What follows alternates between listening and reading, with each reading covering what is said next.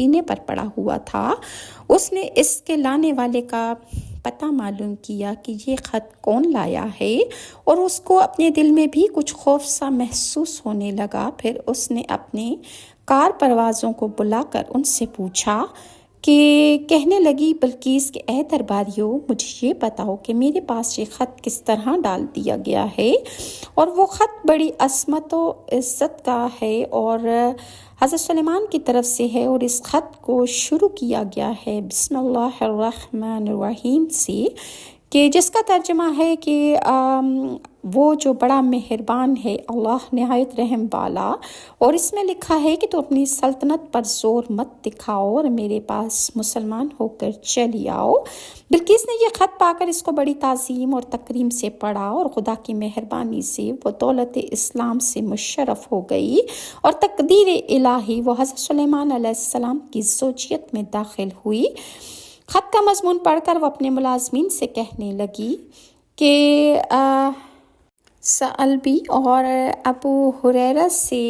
روایت بیان کی ہے کہ نبی کریم صلی اللہ علیہ وآلہ وسلم نے ارشاد فرمایا کہ بلقیس کے والدین میں سے ایک جنوں کی نسل سے تھا، لیکن یہ حدیث غریب ہے۔ سعلبی نے سند ابو بکر سے روایت کی ہے کہ رسول اللہ کے پاس بلقیس کا تذکرہ ہوا تو آپ نے فرمایا کہ وہ قوم کبھی فلاح نہیں پا سکتی جس نے اپنے معاملات عورت کے سپرد کر دیے۔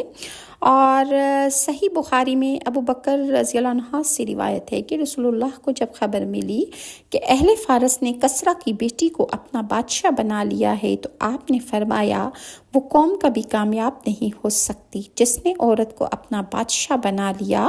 ترمذی اور نسائی میں بھی یہ حدیث مذکور ہے۔ اور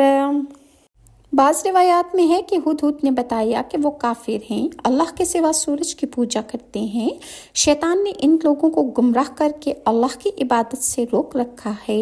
حالانکہ اللہ ہی اکیلا معبود ہے، اس کا کوئی شریک نہیں، وہ آسمانوں اور زمین میں چھپی چیزوں کو خوب جانتا ہے، اللہ کے سوا معبود برحق کوئی نہیں، وہ عظمت والے عرش کا مالک ہے، یعنی اس کا عرش بہت عظمت والا ہے، کسی مخلوق کے تحت کی اس تخت کی اس کے ساتھ کوئی مناسبت نہیں۔ حضرت سلیمان علیہ السلام نے ہدہد کی یہ باتیں سن کر اسی کے ذریعے ایک خط جو بھیجا جس میں انہوں نے اللہ اور رسول کے اطاعت و فرما برداری کی طرف اس ملکہ کو دعوت کی پیغام بھی دیا کہ تم میرے حکموں کو بجا لانے میں تکبر نہ کرو اور فرما بردار ہو کر میرے پاس چلی آؤ، یعنی بے چون و چرا تم اللہ کی اطاعت قبول کرو۔ ہدہد کے ذریعے جب آپ کا خط